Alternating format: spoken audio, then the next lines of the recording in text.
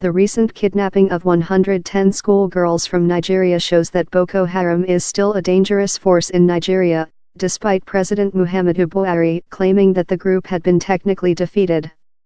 Newsbay Africa security correspondent Tommy Oladapo looks at the strength of the militant Islamists, and their links to the Islamic State group. Was IS involved in the kidnappings?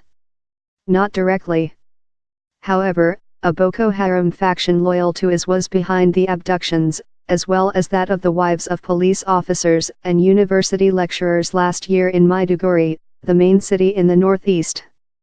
The faction is known as the Islamic State's West Africa Province, ISWAP, a name aimed at showing that IS has expanded beyond the Middle East and North Africa. It is officially recognized by IS, with Abu Musab al-Barna'i as its leader. He is believed to be the son of Boko Haram's founder, Muhammad Yusuf, who was killed in police custody in 2009. IS helps ISWAP run a sleek propaganda campaign. Apart from this, direct links between the two appear to be minimal. Despite the fact that Boko Haram leader Abubakar Shekau pledged loyalty to IS in 2015, the splinter group opposed his leadership style and operational methods, which included using child suicide bombers and attacking Muslims. It is unclear which of the two factions is dominant within Boko Haram, but both operate across the Lake Chad Basin region.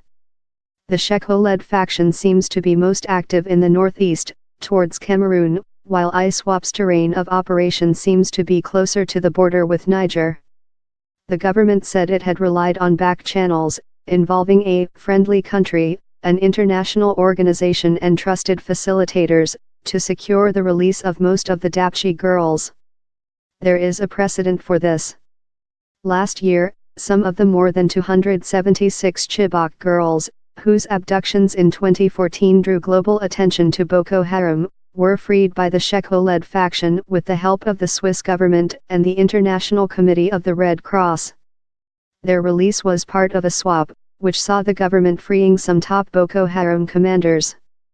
After the release of the Dapchi girls, Information Minister Lai Mohammed told Newsbay Focus on Africa that the government was in talks with the militants to negotiate a ceasefire.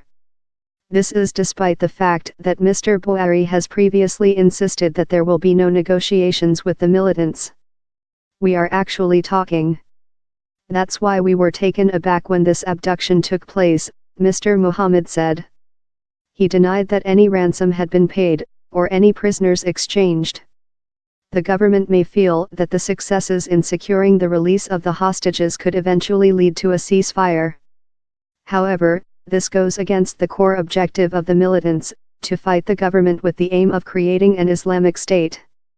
This year started with Nigeria, Niger, Chad, and Cameroon embarking on major offensive against Boko Haram.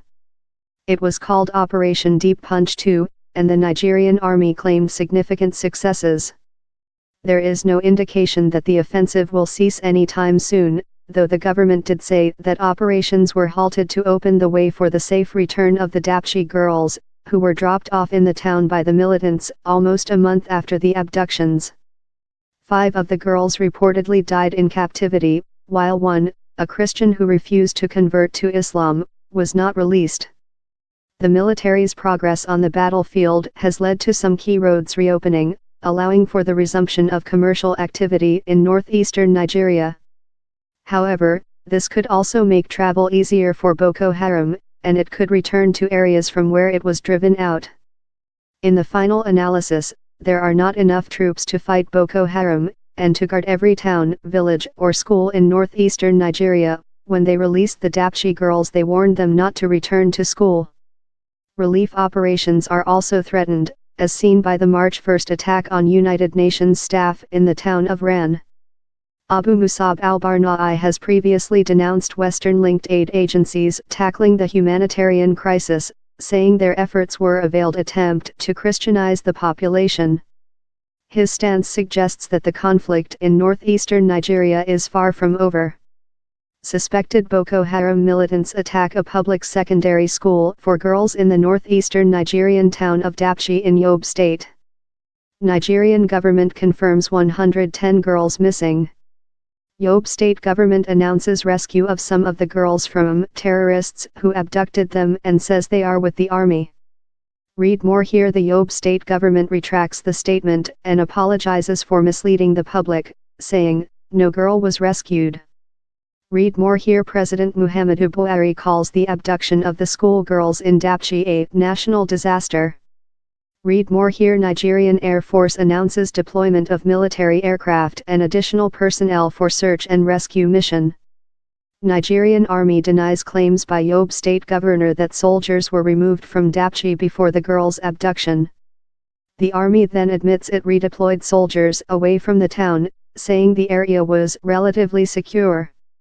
Read more here. Federal government launches investigation into the circumstances leading to abduction and releases full details of the 110 missing schoolgirls.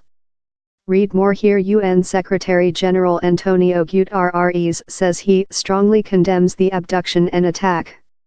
Local human rights activist Aisha Wakil, known as Mama Boko Haram because she has known some of the militants since they were children, is quoted in reports saying that the Barnai faction of Boko Haram confirmed to her that it was holding the girls.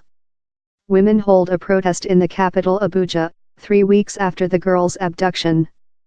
President Muhammadu Buhari announces plan to negotiate the girls' release, rather than use military force. President Buhari makes his first visit to Dapchi, assuring parents of the missing schoolgirls that the government will secure the girls' rescue. Amnesty International claims Nigerian army ignored repeated warnings of an attack on Dapchi town, hours before militants abducted the girls. Read more here. Nigerian government announces that 104 of the 110 abducted schoolgirls have been freed. Read more here.